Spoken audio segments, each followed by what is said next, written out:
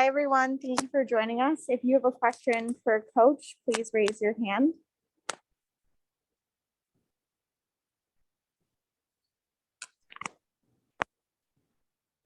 Kareem? Hey, Mike. Sorry, getting all that set up. How are you doing? I'm good, I guess. When do you guys roll out or fly out? We practice tomorrow morning and then leave tomorrow afternoon. Gotcha. Good day off yesterday. How did things go today? Well, today we ended up just doing individual workouts. We've got a lot of sore bodies, people who have played a lot of minutes. We have a chance to have a full practice tomorrow and a shoot around on Saturday. So we just did individual workouts today, got shooting workouts for players, let them stretch, get treatment, do all that kind of stuff. But I just felt like practice today was going to be counterproductive to keeping everybody healthy. So a lot of bumps and bruises from where we've been. So I think the extra day was probably more helpful than being on the court and doing 5-on-5 stuff.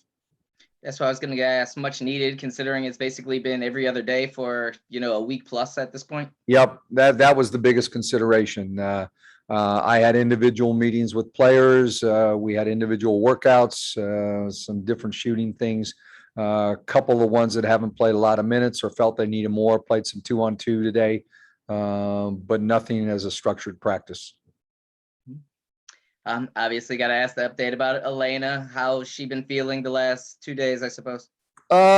Slightly better. I don't know that we're going to travel her on this trip or not. Tina will travel. And she is back in town, did a workout this morning. But I would say, unless something changes, Tina will go and Elena will not. Gotcha. Do you expect Tina to be available for the first one? I'm hoping that, but again, we'll see how tomorrow's practice goes and how she reacts to the practice. Was she able to move around pretty well today? Yeah, she had a good individual workout this morning with the coaches. It went well. And is Elena kind of basically almost back to her pre-return kind of routine, just kind of going through the stuff she was beforehand? Yeah, for the most part. I don't know what she'll try to do tomorrow or not. We'll see. That game where she got shoved in the back kind of set her back a little bit. So, and adding a plane flights to it, especially going all the way out to Seattle, I don't know if that's all that conducive. The reality is, you want to win every game. But if we could have a reasonably fully healthy team for the last 4 games of the season, we'll put ourselves with a chance to do what we want to do. Cool. Appreciate it. I'll let other folks jump in. Thank Yep. you. Jen? Hey, Coach. I heard something about Teresa being a little banged up the other day. Is she doing okay now? Yeah, well, she's one of the reasons. I mean, she's one of the players that's banged up. I mean, she's got back issues as it is, and she took a pretty hard fall in that game the other day. And, that stiffened up, trying to make sure that, she got an extra day of rest. I mean, all of them. Tasha's banged up. Maisha's banged up. They need time away. And I remember you saying earlier this season that this has been one of the most challenging of your career in terms of injuries and roster rotation and all of that's gone into this year. I know we're not done with the season yet, but any takeaways or things that you've learned from this experience so far? Nothing I really want to share until I sit back and reflect on it a little bit till after the season's over. We still have a lot to play for. So, I think if anything else that you take away from it more than anything else is nothing. You can't take anything for granted. Every day right now has been a whole different scenario in and of itself. I think what I've tried to do is deal with each day as it comes. There's a lot of things that are out of my control. And so as much as you want to plan and be proactive about things, a lot of times once you get into the season and you deal with injuries and everything else, you're ended up being more reactive than proactive sometimes. And that's not a great position to be in, but that's just that's a fact. And as you're kind of in the middle of this stretch against Connecticut and Minnesota and Seattle, some of the top teams in the league, Do you feel like there is anything new you can learn about your team, or is it a matter of just like tightening up things and executing to the best of your ability at this point? I mean, I think right now is, compete as hard as you can, stay together, try to do the right things. And if you play really hard, just give yourself an opportunity to compete every game. And then you see what happens. If you're good enough, you're good enough.